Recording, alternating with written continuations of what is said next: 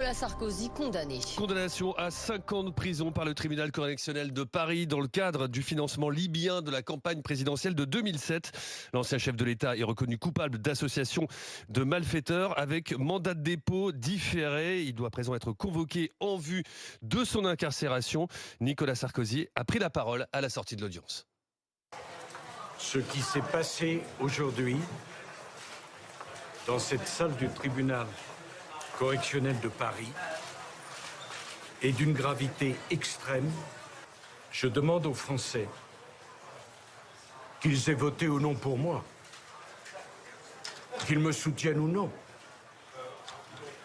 d'apprécier ce qui vient de se passer.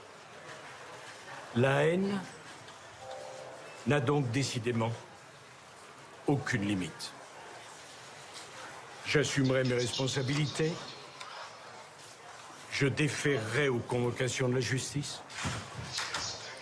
Et s'ils veulent absolument que je dorme en prison, je dormirai en prison. Mais la tête haute. Guillaume Bier, vous êtes le chef du service police-justice d'RMC en direct du Palais de Justice de Paris. 5 ans de prison pour Nicolas Sarkozy. Donc, Guillaume, comment a réagi la salle ? Alors, au moment de l'annonce de cette décision, aucune réaction visible de Nicolas Sarkozy. Il était debout à la barre lorsque la présidente lui a annoncé cette peine de 5 ans de prison ferme avec exécution provisoire. Mais dès que l'audience a été levée, quelques minutes plus tard, il s'est immédiatement tourné vers ses 4 avocats pour un long conciliabule.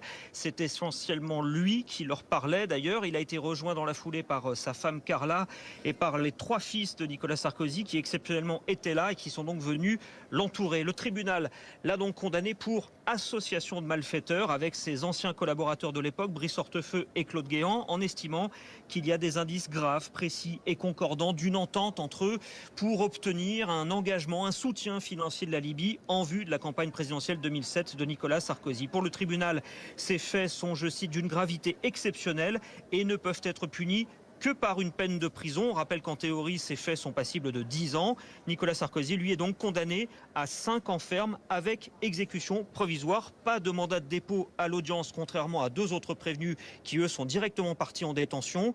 Nicolas Sarkozy, lui, se voit décerner un mandat de dépôt à effet différé. Ça veut dire qu'il ne va pas en prison là tout de suite, mais que dans un délai d'1 mois maximum, eh bien, il va se voir remettre une convocation pour ensuite être incarcéré, purger cette peine, même s'il fait appel. Il faudra alors qu'il fasse une demande de remise en liberté pour sortir et éventuellement comparaître libre lors de ce second procès. Guillaume Bier au Palais de Justice de Paris pour RMC. Parmi les premières réactions à cette condamnation, celle de Marine Le Pen qui dénonce la généralisation de l'exécution provisoire.